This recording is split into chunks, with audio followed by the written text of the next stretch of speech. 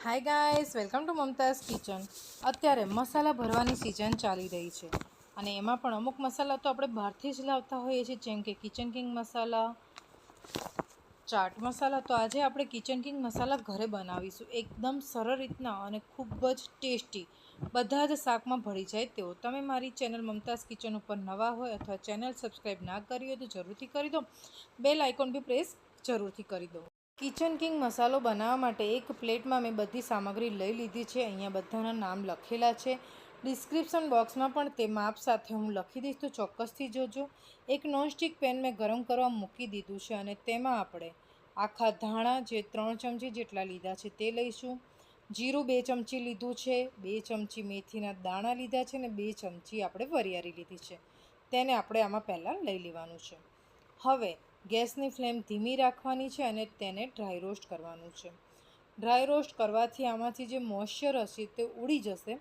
બધા જ ઇન્ગ્રીડિયન્ટ્સ આપણે અહીંયા ડ્રાય રોસ્ટ કરીશું, જેથી આ મસાલાની સેલ્ફ લાઈફ વધી જાય. આ મસાલો આપણે તેલનો ઉપયોગ કર્યા વગર બનાવવાનો છે અને ગેસની ફ્લેમ બિલકુલ ધીમી રાખવાની છે. આમાંથી થોડી એરોમાં આવે ત્યાં સુધી આપણે તેને રોસ્ટ કરીશું. અને હવે આમાં મેં 10થી 12 જેટલા મરી પાવડર, નાનો તજનો ટુકડો લીધો છે, 5થી 7 લવિંગ લીધા છે, એક નાનો જાયફળનો ટુકડો લીધો છે, તે પણ લઈ લઈશું. તજનો ટુકડો અહીંયા તોડીને મેં ઝીણો કરી લીધો છે. ત્યાર પછી 3થી 4 ઇલાયચી લીધી છે. ઇલાયચીને ફોલીને લઈશું કે જેથી તેના દાણામાં પણ જે મોઇશ્ચર હોય તે નીકળી જાય અને તેના જે ઉપરનું કવર હોય ને, એટલે કે ઇલાયચીનું ફોતરું, તે પણ આમાં આપણે લઈ લેવાનું છે. પાછું તેને પ્રોપર મિક્સ કરી લઈશું. ગેસ ગરમ છે, પાન ગરમ છે અને મસાલા પણ ગરમ છે, તો સાથે જ બધું સરસ રીતના સંતરાઈ જશે. હવે આપણે અહીંયા ગેસની ફ્લેમ બંધ કરીને આને ઠંડુ થવા દઈશું. ત્યાર પછી મિક્સર જારમાં લઈ લેવાનું છે. આને આપણે ગ્રાઇન્ડ કરવાનું છે, પણ હાલ આપણે હજી બીજું બધું ડ્રાય રોસ્ટ કરીને સાથે ગ્રાઇન્ડ કરીશું. તો પાછું નોનસ્ટિક પેનને ગરમ કરવા મૂકી દીધું છે. આમાં 2થી 3 ચમચી જેટલી ચણાની દાળ અને 2 ચમચી અડદની દાળ લઈને આને પણ થોડી ડ્રાય રોસ્ટ કરવાની છે. આછી એરોમાં આવે ત્યાં સુધી આપણે તેને ડ્રાય રોસ્ટ કરીશું.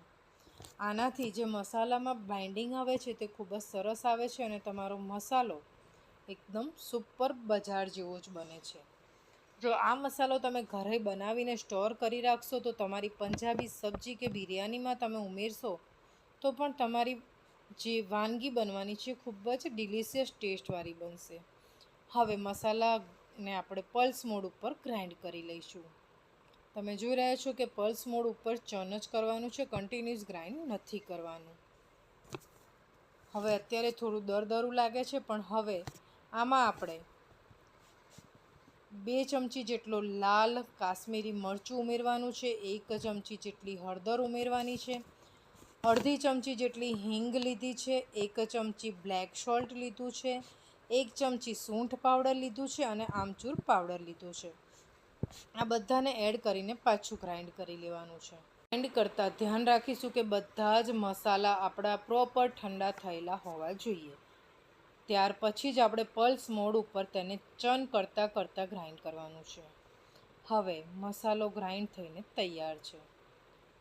તમે જોઈ રહ્યા છો કે કેટલો સરસ કલર આવી ગયો છે તેનો.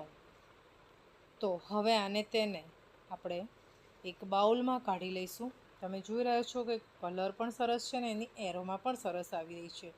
તમે પંજાબી ગ્રેવી બનાવતા હોય કે કાઠિયાવાડી સબ્જી બનાવતા હોય, એની સાથે જો બિરયાની બનાવતા હોય તો પણ તમે આ મસાલાનો ઉપયોગ કરીને તમે તમારી રેસીપી બનાવી શકશો. આને તમે એરટાઇટ કન્ટેનરમાં ભરીને ફ્રીજમાં 6થી 8 મહિના સુધી સ્ટોર પણ કરી શકો છો. તો એકદમ ડિલિશિયસ અને ટેસ્ટી, બજાર કરતાં સસ્તો અને શુદ્ધ અને સાત્વિક કિચન કિંગ મસાલો આજે આપણા રસોડે બનીને તૈયાર છે. તમારા રસોડું ક્યારે બનશે? જલ્દીથી બનાવી લો. આશા રાખું છું કે તમને કિચન કિંગ મસાલાની રેસીપી ગમી હશે. તો લાઈક અને શેર કરવાનું ભૂલતા નહીં. તમારા ફેમિલી અને ફ્રેન્ડ ગ્રુપમાં જરૂરથી શેર કરી દો અને ઘરે બનાવીને કેવો લાગ્યો તે પણ આમાં જણાવજો.